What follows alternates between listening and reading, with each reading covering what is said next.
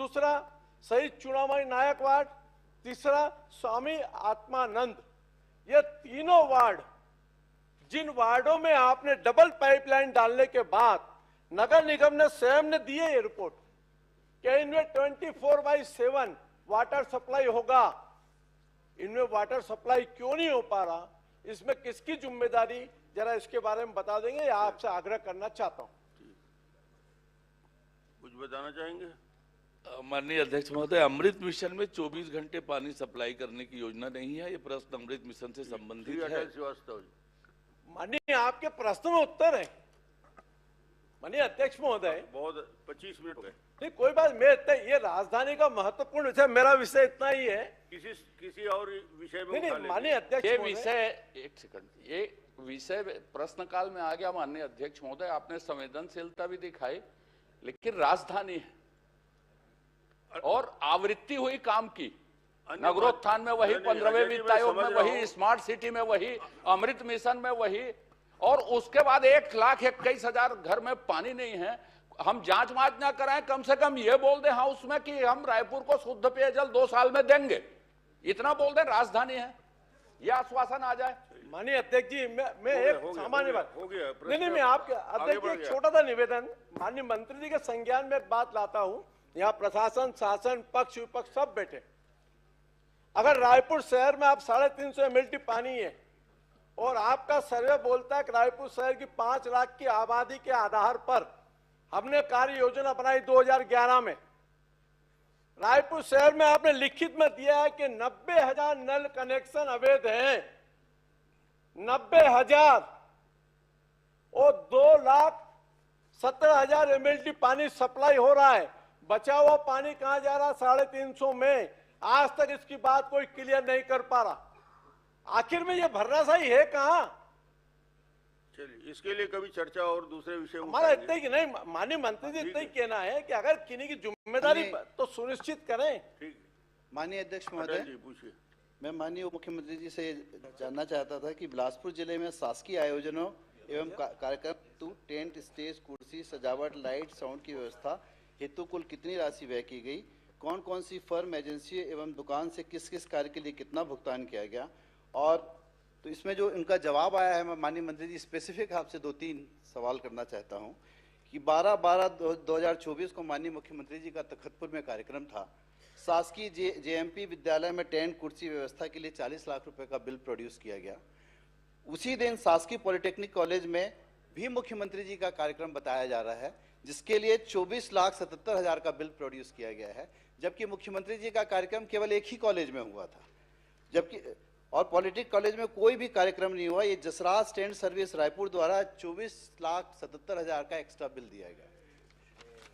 दूसरा केस है कि दिल्ली से कलकत्ता फ्लाइट का शुभारंभ, दिल्ली से कलकत्ता फ्लाइट का वर्चुअल 1,27,000 का प्रोजेक्टर का बिल प्रोड्यूस किया गया यम एसोसिएट द्वारा, जबकि 12 तारीख को 13 के एक दिन पहले बिलासपुर दिल्ली फ्लाइट का माननीय मुख्यमंत्री जी ने शुभारंभ किया, जिसमें छेदी साउंड वाले को 1.5 लाख रुपए दिया।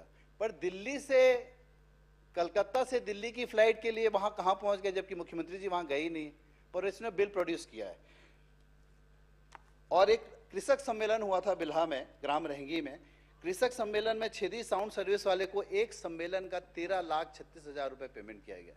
ऐसे तमाम अनेक उदाहरण है माननीय मंत्री जी। आप देखिए कि आपके डिपार्टमेंट में लगभग 300% ज्यादा पेमेंट टेंट, कुर्सी वालों को हो रहा है और कई फर्जी बिल प्रोड्यूस किए जा रहे हैं। इसमें आप जांच कराइए और इन पर कार्रवाई कीजिए। ये लगातार एक एक कार्यक्रम के 2-2 जगह के बिल प्रोड्यूस हो रहे हैं। मंत्री जी। माननीय अध्यक्ष महोदय, हमारी सरकार बनने के बाद टेंट, लाइट, इसके बिलों को पूरी तरह से प्रॉपर वेरिफिकेशन करके ही भुगतान होता है। ये बिल जो लंबित है, ये है भुगतान से पहले पूरी तरह से वेरिफिकेशन करके ही भुगतान करते हैं। भुगतान में किसी तरह की कोई अनियमितता और गड़बड़ी का प्रश्न ही नहीं है। कोई ऐसा स्पेसिफिक उदाहरण हो तो माननीय सदस्य देंगे, निश्चित रूप से परीक्षण कराएंगे। माननीय अध्यक्ष महोदय, मैंने उदाहरण दिया कि मुख्यमंत्री जी का तखतपुर में केवल एक कार्यक्रम हुआ जिसका बिल उन्होंने प्रोड्यूस किया है, उसके साथ एक पॉलिटेक्निक कॉलेज जो कि वहां से करीब करीब 7-8 किलोमीटर दूर है, वहां भी मुख्यमंत्री जी के कार्यक्रम का बिल 24,77,000 रुपए। आखिर कहाँ कौन लोग हैं, कहाँ का एसोसिएट है? मैंने बहुत स्पष्ट रूप से कहा है कि बिल सबमिट हुआ है, भुगतान से पहले पूरी तरह से उसका परीक्षण होता है, उसके बाद ही भुगतान होता है। जो लंबित बिल है विभाग के पास वो मैंने स्पष्ट किया है, पूरी तरह से परीक्षण के बाद ही भुगतान होता है, किसी तरह के कोई अनियमित भुगतान करने का प्रश्न ही नहीं है। माननीय अध्यक्ष महोदय, किसी भी जिले में सबसे बड़ा कार्य 15 अगस्त और 26 जनवरी का होता है, जिसके लिए जो शायद जिला कलेक्ट्रेट कराता है, वहां पर साउंड के लिए 3.5 लाख से 4.5 लाख रुपए पेमेंट होता है, और आप कृषक सम्मेलन कराते हैं तो 13,77,000 का केवल साउंड का बिल। मतलब इतना ज्यादा बिल कलेक्ट्रेट जब भुगतान करता है तो 3.5 लाख रुपए इतने बड़े प्रोग्राम का, वहां कृषक सम्मेलन होता है तो आप 13.5 लाख रुपए का पेमेंट, ये पेमेंट हो चुका है, ये पेमेंट हो चुका है। तो आखिर क्या हो रहा है जनता के पैसे का? मैं आपसे जानना चाहता हूं कि लगातार ये टेंट लाइट के बिलों में जिस तरीके के भुगतान हो रहे हैं उसकी आप जांच कराएंगे क्या? ये सब अयोध्या गया है। मैंने बहुत स्पष्ट रूप से जिम्मेदारी से कहा है कि बिलों का भुगतान पूरी तरह से परीक्षण और संतुष्ट होने के बाद ही होता है। फिर भी माननीय सदस्य को लगता है कि इस पर्टिकुलर बिल में गड़बड़ी हुई है तो निश्चित रूप से उसकी जांच कराएंगे। ठीक ठीक, आप दे दीजिए। प्रश्न क्रमांक 4 डॉक्टर चरणदास महंत जी। माननीय अध्यक्ष महोदय, मैंने वाणिज्य एवं उद्योग मंत्री आदरणीय लखनलाल जी से प्रश्न किया था और पूछा था कि विगत 2 वर्षों में। माननीय नेताजी, आज के कार्यसूची में छपा है, मंत्रिपरिषद में अविश्वास प्रस्ताव प्रस्तुत करने की अनुमति के लिए अविश्वास प्रस्ताव दे दिया, उसके बाद भी प्रश्न कर रहे अरे हैं। यार, आप हमेशा गड़बड़ करते हो, लगता है दिन भर चढ़ी रहती है आपको। वो तो कर लेंगे जो करना है उसमें, अविश्वास प्रस्ताव में किसके किसके कारण ये ला रहे हैं ये अभी बताने तो दो। पता नहीं क्या खाते। 1 जनवरी 24 से 31 मई 26 तक कितने औद्योगिक दुर्घटनाएं हुई हैं? माननीय मंत्री जी ने बड़े ईमानदारी से मुझे कहा है कि इसकी जानकारी परिशिष्ट में है। ये है परिशिष्ट। 242 औद्योगिक संस्थानों में दुर्घटनाएं हुई हैं, जिसमें सैकड़ों मजदूर मारे गए हैं। मैं इस परिशिष्ट को पढ़ तो नहीं रहा था, झांक रहा था, देख रहा था, और पूरा इसमें जो कारण मिला है वो सेफ्टी ऑडिट ना होने के कारण सभी दुर्घटनाएं हुई हैं। मंत्री जी, तो सेफ्टी ऑडिट के बारे में आप बताएंगे कि कितने सेफ्टी ऑडिट ना होने के कारण कितने औद्योगिक घरों को, घरानों को आपने कुछ नोटिस दिया होगा या कुछ जांच की होगी, सस्पेंड किया होगा, कितने ऑडिट आपने कराए हैं, और सेफ्टी ऑडिट के प्रावधान आज की तारीख में क्या है? 1 साल में होना चाहिए, 2 साल में होना चाहिए कि 3 साल में होना चाहिए?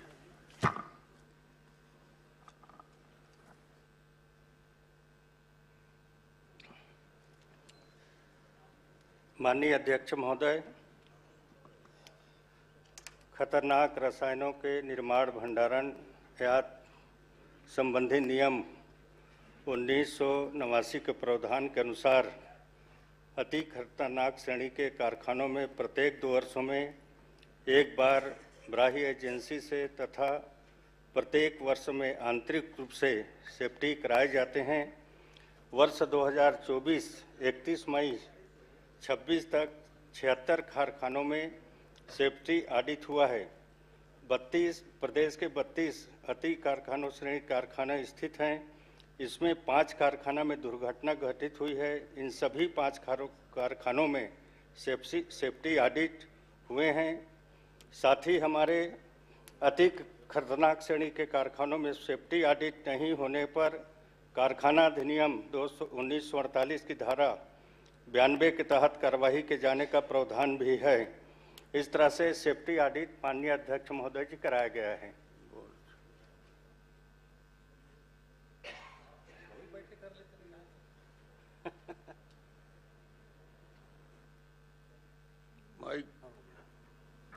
माननीय मंत्री जी, शक्ति में वेदांता का कारखाना है जिसमें अभी लगभग 30 लोगों की मौत हो चुकी है, नहीं 25 की मौत हुई है, बाकी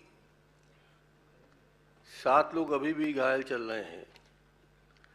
इसमें जिन जिन लोगों को दोषी पाया गया उनकी संख्या आपने 2 बताया है, और मेरी जानकारी में आप सत्य कथन नहीं कर रहे हैं। अगर कहें तो मैं कुछ बताऊं कि आप सुधार कर रहे हैं क्वेश्चन का।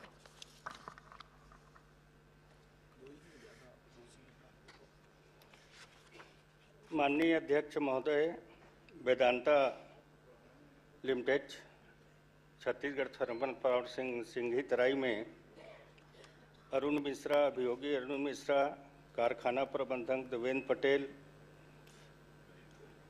साथ ही हमारे उसके विरुद्ध में पुलिस में भी एफआई दर्ज हुआ है, जिसमें मैं बताना चाहूँगा पुलिस थाना डभरा शक्ति द्वारा एफआईआर 119 दिनांक 15/4/26 को 2026 को पंजीकृत किया प्रकरण में कारखाना के निदेशक अनिल अग्रवाल जी, अन्य आरोपी को भी आरोपी बनाया गया है, वर्तमान में विवेचनाधीन है।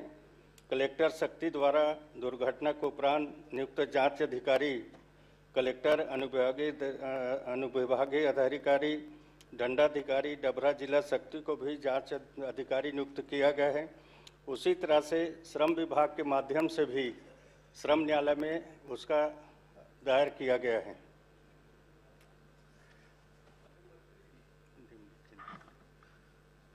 क्या आप बताने की कृपा करेंगे कि जब पुलिस के एफआईआर में वहां के निदेशक अनिल अग्रवाल का नाम है, तो आप अपने जवाब में उस नाम को क्यों छिपाना चाहते हैं? क्या आपके कोरबा में भी वेदांता का समूह है इसलिए, या और कोई व्यक्तिगत कारण है? माननीय अध्यक्ष महोदय, मैं छिपाना कहाँ चाह रहा हूँ, मैं तो सदन में बता रहा हूँ उनके ऊपर एफआई दर्ज है। आपके विधानसभा के उत्तर में नहीं है। पुलिस से हमने एफआईआर प्राप्त किया है, समझ लीजिए, उसमें है 18 लोगों के, निदेशक अनिल अग्रवाल प्लस 17। तो इस तरह से अनिल अग्रवाल जी को अब तक पकड़ने के लिए क्या क्या कार्रवाई हुई, आप बताएंगे? माननीय अध्यक्ष महोदय, अभी ये पूरा कार्यवाही विवेचना पर है, और जैसे पूर्ण होगा कार्यवाही सभी के ऊपर निश्चित तौर पर जो भी दोषी होगा कार्यवाही की जाएगी। अध्यक्ष महोदय, विवेचना का क्या अर्थ है? लेन देन नहीं हुआ है? विवेचना का अर्थ क्या होता है? पूछताछ के लिए कोई गया है इंग्लैंड, यहाँ आपने बुलाने की नोटिस दी है, क्या किया है बता दीजिए। देखिए माननीय अध्यक्ष महोदय, पुलिस अपने मुस्तैदी के साथ में काम कर रही है, और निश्चित तौर पर पुलिस विभाग दृढ़ संकल्पित होकर काम करेगा। किसी भी तरह से कोई दोषी को बख्शा नहीं जाएगा। जांच पूर्ण रूप से निष्पक्ष भाव के साथ में जांच होगा। ठीक, एक मिनट, हाँ, तो क्षेत्र जाना। अभी आप ये इन्वेस्टिगेशन के लिए वहां पर 1 2 3 4 5 6 7 इंक्वायरी बाय अथॉरिटी का नाम बता देता हूं sir. Inquiry committee under boilers एक। नहीं अध्यक्ष महोदय, नेता प्रतिपक्ष जी शक्ति के छोड़ दूसरे मामले में इतना गंभीर नहीं रहते। राज्य का और दूसरा प्रश्न होगा तो जितनी गंभीरता से अपने विधानसभा के बारे में पूछ रहे हैं, हर मामले में गंभीर रहते हैं। हम लोग भी देख रहे हैं हर मामले को मामा, हर मामले में गंभीर हैं। ये क्षेत्र यादव जी के। Inquiry committee under boiler act 2025, magisterial inquiry ordered by district magistrate Sakti, inquiry by factory inspector, inquiry order by state government, police investigation, national human right commission, national green tribunal, ये इतने लोगों के द्वारा अलग अलग इंक्वायरी की जा रही है। तो ये अलग अलग लोग क्या क्या इंक्वायरी कर रहे हैं, कहाँ कहाँ हिसाब किताब हो रहा है, इसके बारे में कुछ तो बताएंगे। माननीय अध्यक्ष महोदय, पुलिस के द्वारा भी इंक्वायरी की जा रही है, फैक्ट्री एक्ट में भी इंक्वायरी की जा रही है, कलेक्टर के द्वारा भी की जा रही है, लेबर कोड में भी वाद किया गया है। ये सारी कार्यवाही प्रक्रियाधीन है। चलिए यादव जी पूछ लो एक प्रश्न। अध्यक्ष महोदय, हो गया। 25-25 लोग एक एक फैक्ट्री में मर रहे हैं और बॉयलर जहां पर काम चलता है वहां 4-5 लोग अटेंडेंट की जरूरत पड़ती है। यहाँ पे 25-25 लोग बॉयलर में क्या काम कर रहे थे जो एक साथ 25 लोग मर गए? आपने उसकी जानकारी ली?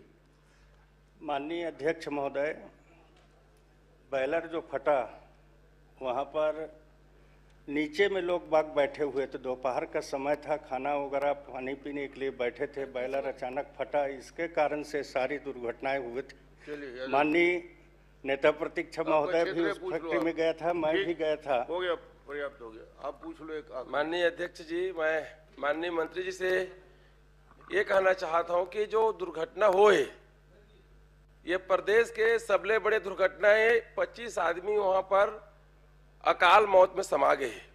माननीय अध्यक्ष जी, वहां जो मजदूर जो काम करत रही से, जैसे दुर्घटना हुई, आज ये सरकार भी घोषणा करे है 5 लाख रुपए देवो के, और दिल्ली के सरकार भी घोषणा करे 2 लाख रुपए देवो के।